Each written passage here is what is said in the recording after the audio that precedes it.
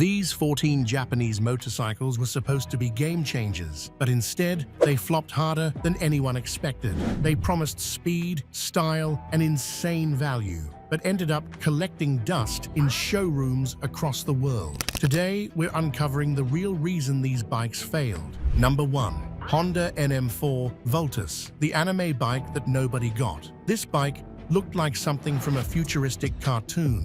The Honda NM4 Voltus had a wild design, low to the ground, long in shape, and sharp in style. People couldn't help but stare. Some thought it looked awesome, while others just thought it looked strange. It had a low seat and a stretched body. Under all that style was a 600cc twin-cylinder engine that made 47 horsepower. It also came with Honda's automatic DCT transmission, which made riding smoother and easier. But for riders who wanted thrills, it felt too calm and not exciting enough. The riding position was odd. Your feet were pushed far forward and your arms were raised up, which wasn't comfy for longer rides. Even though it looked big and powerful, it didn't have much storage space. With a price tag of $11,299, it cost more than many cruisers that were easier to ride and more fun. People couldn't figure out what kind of bike it really was. Number 2. Honda DN01, the confusing cruiser scooter. If the NM4 was strange, then the DN01 was even stranger. Honda tried to mix together a sport bike, a cruiser, and a scooter all in one machine. It had a 680cc V-twin engine with 61 horsepower and an automatic transmission called HFT.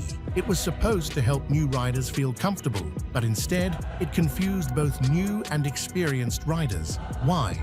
Because the DN01 was big, heavy, and expensive. It didn't handle like a sport bike, didn't cruise like a cruiser, and didn't feel simple like a scooter. It looked like a space pod with long panels and a very low seat. It was also hard to ride in tight places because it was almost 600 pounds. The low seat felt good in traffic, but the weight made it hard for beginners to control. And the price? A lot more than many better bikes. In the end, no one really knew what this bike was supposed to be, and that's why most riders ignored it. Number 3. Suzuki GSX S1 didnt. Fast but confused. On paper, this bike sounded like a winner. It had the engine of a sport bike and the body of a touring bike. It came with a 1000cc engine from the GSX R1000 that made 148 horsepower. Suzuki made the engine smoother for street riding with more mid-range power. But when people rode it, something didn't feel right. The upright handlebars were better than a sport bike's, but not comfy enough for touring. After a few hours, your wrists and back still hurt. The handling was stuck in the middle too. Not sharp enough for racers, but not soft enough for touring riders. The design also got mixed opinions. Some liked the fairing, others thought it looked too bulky. $13,149. It wasn't cheap. Compared to bikes like the Yamaha Tracer 9 or the Kawasaki Ninja 1000 SX, it didn't stand out. It tried to be a bike that could do everything, but it ended up not being great at anything. Number 4. Yamaha FJ09, a great bike with no home. The FJ09 had a lot of good things going for it. It was quick, fun, and built using the popular MT-09 platform. It had an 847cc triple engine with 115 horsepower. It was light and full of character. It had upright handlebars, a 5-gallon gas tank, and cool features like riding modes, ABS, and traction control. But there was one big problem. It didn't fit anywhere. Sport bike fans didn't like the bags and windshield. Touring fans didn't want the chain drive and light wind protection. It landed in a strange middle ground. Not fully a sport bike, not fully a tourer. Early models also had issues. The seat was narrow and hard. The windscreen didn't block much wind, and the throttle felt jerky in sport modes, which made low-speed riding hard. It looked useful, but not stylish. $10,490. But many buyers wanted something more focused. Yamaha later replaced it with the Tracer 900, which fixed many of the problems. Still, some FJ09s remain unsold, just waiting for someone to give them a chance. Number 5. Kawasaki Vulcan S, a sport bike dressed as a cruiser. The Vulcan S stood out because it was different. It used a 649cc engine. It made 61 horsepower and ran very smooth. But that was actually a problem. Cruiser fans like the sound and shake of a V-twin engine. They want their bikes to feel strong and deep. The Vulcan S didn't do that. It was more like a polite sport bike in a cruiser outfit. It did have one great feature, Kawasaki's ErgoFit system. That let riders adjust the seat, pegs, and handlebars. It made the bike good for new riders, and it handled traffic well. But older cruiser fans didn't want smooth or quiet. They wanted attitude. The Vulcan S looked clean and modern, more like a naked bike. $7,399. But many riders with a little more money picked used Harley-Davidsons instead. By trying to be different, the Vulcan S didn't fully please either group. Number 6. Yamaha Bolt RSpec tried to beat Harley but didn't. Yamaha made the Bolt RSpec to compete with Harley's Sportster bikes. It had a cool bobber look with black paint, a single seat, and fancy rear shocks. It had a 942cc air-cooled V-twin engine that made 53 horsepower and had strong low-end power. It was fun to ride in the city and felt easy to control. It seemed like it had everything to be a hit, but the Harley name was just too strong. Cruiser fans are loyal. They want that American badge. Even though the Bolt worked well and was built strong, it didn't have the same feel or image. At $8,899, it was priced to match, but it didn't have many custom parts or dealer support. Yamaha didn't promote it much either. It faded away quietly. Number 7. Suzuki Boulevard C50, the overlooked traditionalist. Now let's look at a bike that sat in showrooms for years without much attention. The Suzuki Boulevard C50. It was made to be easy to ride, stylish, and friendly for new riders. With its chrome-covered classic design and 805cc V-twin engine, it looked like a real cruiser. That engine made 45 horsepower and 46 pound-feet of torque. That was fine for relaxed city rides or short highway trips, but not exciting for riders who wanted strong power. It came with a 5-speed gearbox and a shaft drive in the back, which made maintenance easier. That was great for beginners who didn't want to spend time working on their bikes. The seat was low, under 27 inches, so shorter riders could plant their feet on the ground with no trouble. Even though it weighed about 611 pounds, it still felt steady and safe at slow speeds. The price was $9,299, which looked like a good deal. It had big fenders, a curvy tank, and a laid-back riding position that matched classic cruiser style. Number 8. Honda CTT X700, the comfort cruiser that aimed too low.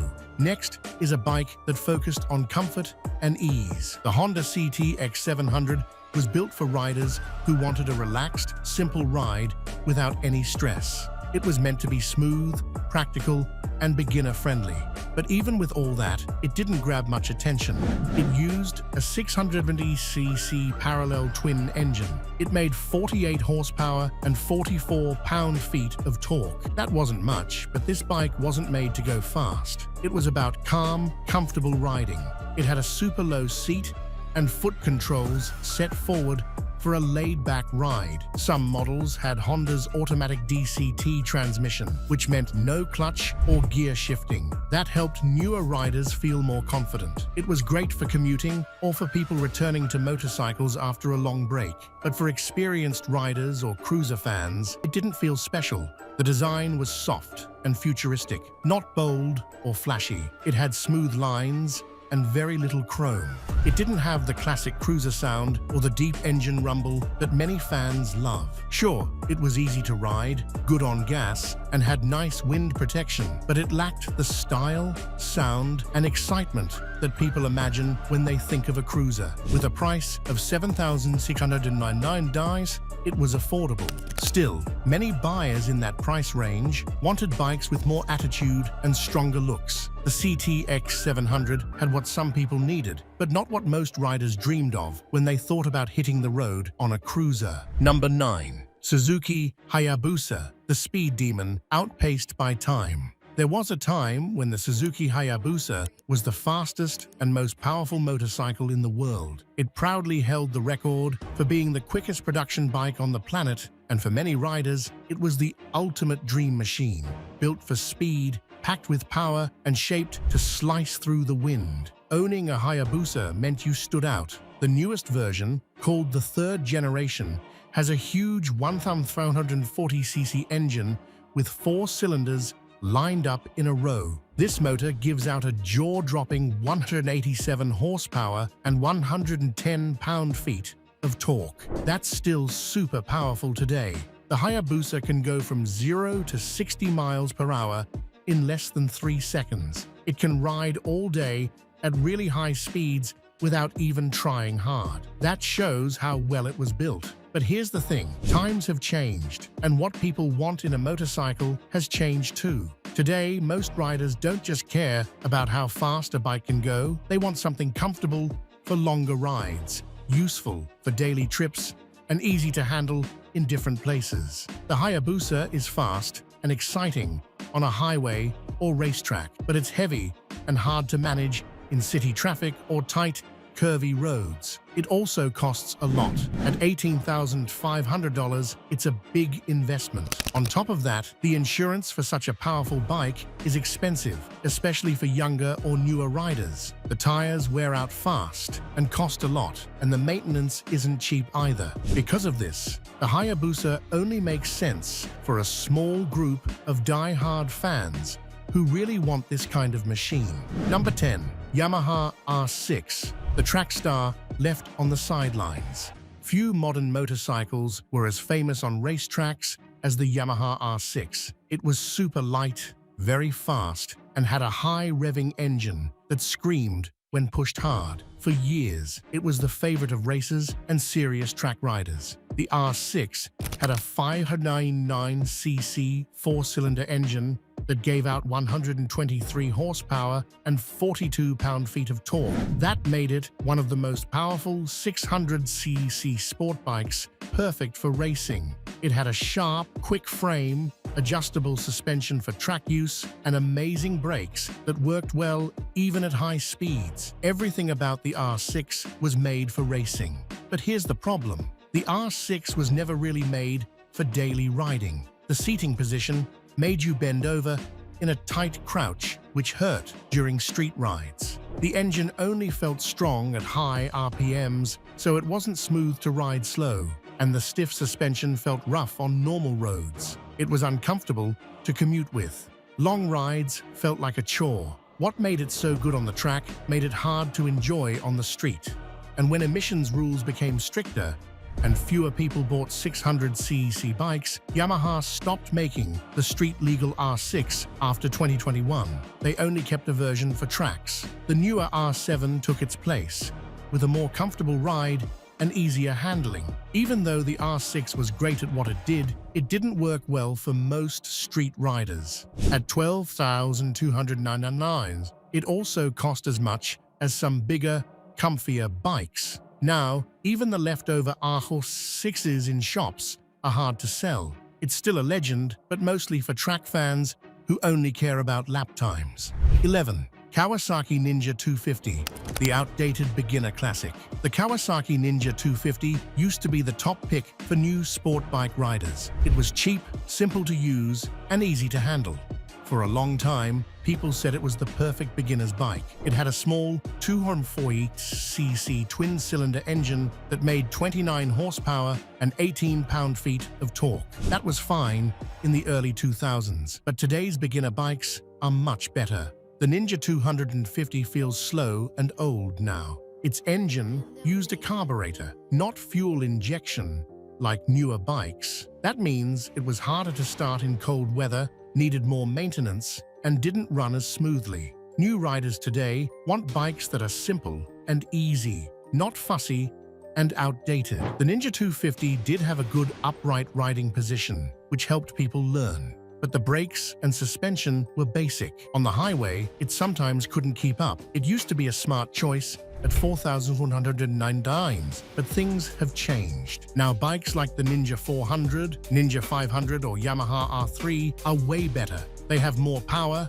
better brakes, and smoother rides. The old Ninja 250 just can't compete anymore. It helped shape the beginner market, but it's not the best choice today. Number 12. Honda CB100, the retro that was too refined. The Honda CB100 was Honda's way of bringing back the old days. It looked like a classic bike, but had modern parts and smooth performance. It had a big 1,140cc engine with 4 cylinders. It made 89 horsepower and 66 pound-feet of torque. It was calm, smooth, and strong, like a vintage car, not a wild sport bike.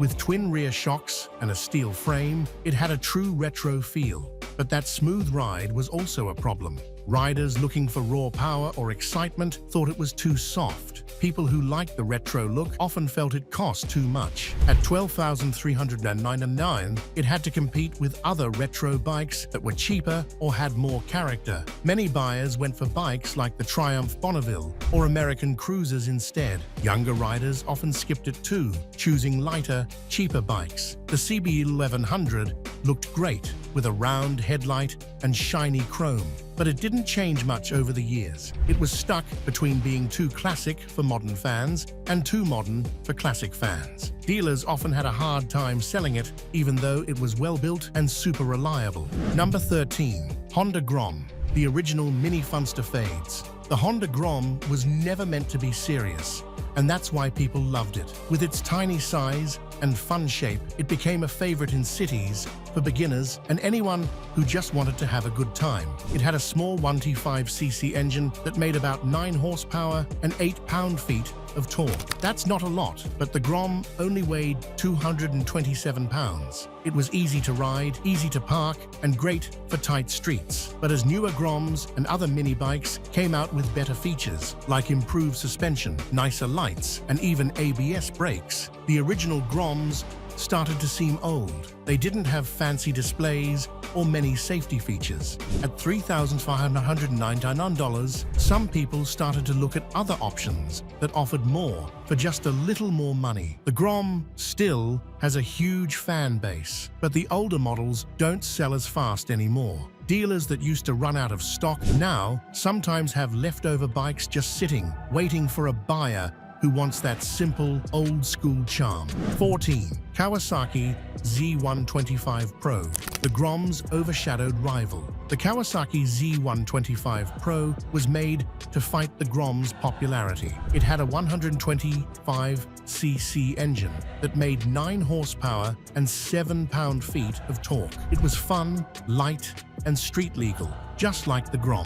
On paper, it had what riders wanted. A light frame, low seat, and 4-speed manual transmission made it good for new and experienced riders alike. At $3,599, it seemed like a good deal, but it didn't catch on like the Grom did. There weren't as many parts or custom options for it. Younger riders liked to change and upgrade their bikes, and the Z125 Pro didn't have as much support for that. Also, it didn't look as fun or playful as the Grom. It worked well in city traffic and short rides, but didn't stand out. It ran out of power fast on open roads and didn't feel as smooth as some others. Even though it was a good little bike, it just couldn't beat the Grom's fame. Many Z125 Pros ended up unsold, showing just how tough it is to beat a strong favorite. Which one surprised you the most? Is there one you always wanted to try? Tell us in the comments. And if you liked this video, hit the like button and subscribe for more cool bike stories. Ride safe and see you next time.